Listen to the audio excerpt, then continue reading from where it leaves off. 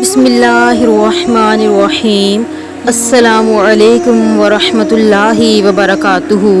آج ہماری گفتگو کا عنوان ہے والدین کے حقوق۔ سب سے پہلا رشتہ جس کا ہماری پیدائش کے بعد ہمیں ادراک کروایا گیا وہ ہے ماں۔ ماں نے آپ کو آپ کی ولادت سے پہلے اپنے پیٹ میں سنبھالا۔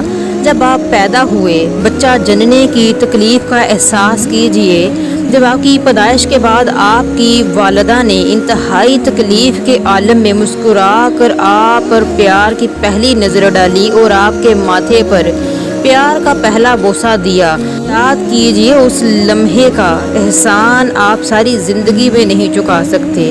آپ نومولود تھے، کچھ کھا نہیں سکتے تھے، ماں نے اپنے سینے سے آپ کو غذا دی۔ آج جب ماں بڑھاپے کی حالت میں اپنی ضرورتوں کے لیے، اپنی بھوک کے لیے، اپنی ادویات کے لیے آپ کی طرف دیکھتی ہے تو کیا آپ کو وہ لمحہ یاد نہیں آتا؟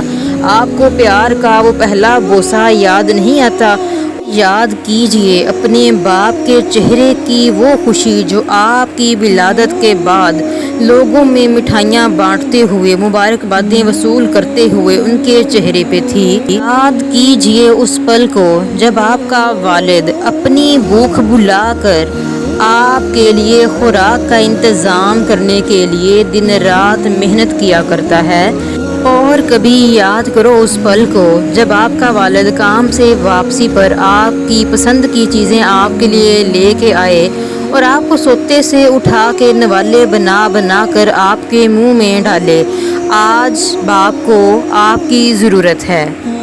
یاد کیجئے ماں باپ کی اس محنت کو جو انہوں نے آپ کو پالنے پوسنے میں صرف کی، اور یاد کیجئے قرآن کو اور حدیث کو اور ہمارے پیارے رسول صلی اللہ علیہ وآلہ وسلم کے فرمان کو کہ کیسے انہوں نے اپنے ماں باپ سے حسن سلوک کرنے کی تلقین کی ہے۔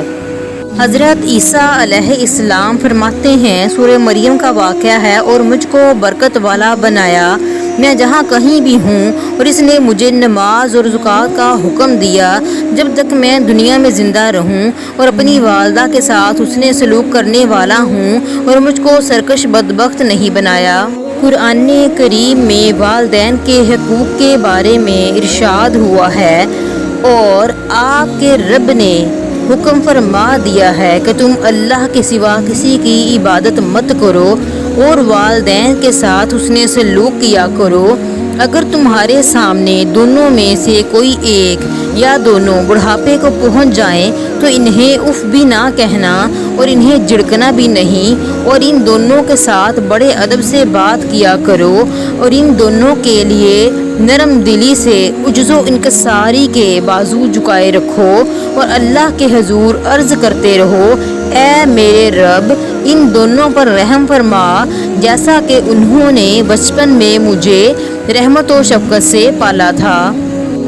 حضور اکرم صلی اللہ علیہ وآلہ وسلم نے ارشاد فرمایا، اللہ تبارک و تعالیٰ کی رضامندی والدین کی رضامندی میں ہے، اور رب تبارک و تعالیٰ کی ناراضگی والدین کی ناراضگی میں ہے۔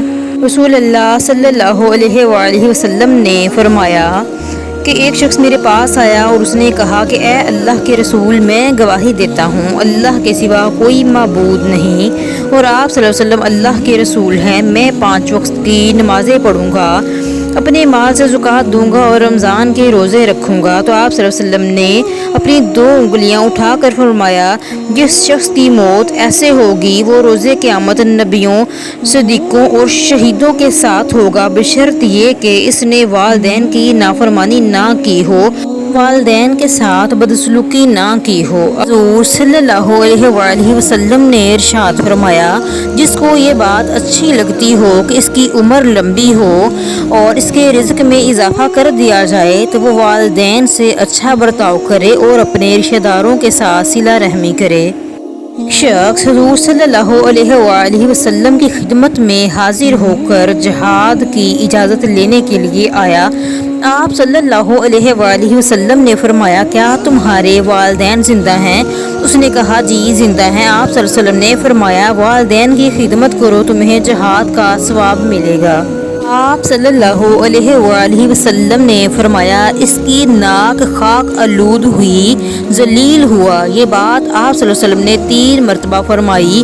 لوگوں نے پوچھا اے رسول اللہ کون ذلیل ہوا؟ آپ نے فرمایا وہ شخص جس نے اپنے والدین کو بڑھاپے کی حالت میں پایا اور ان کی خدمت کر کے جنت میں داخل نہ ہوا۔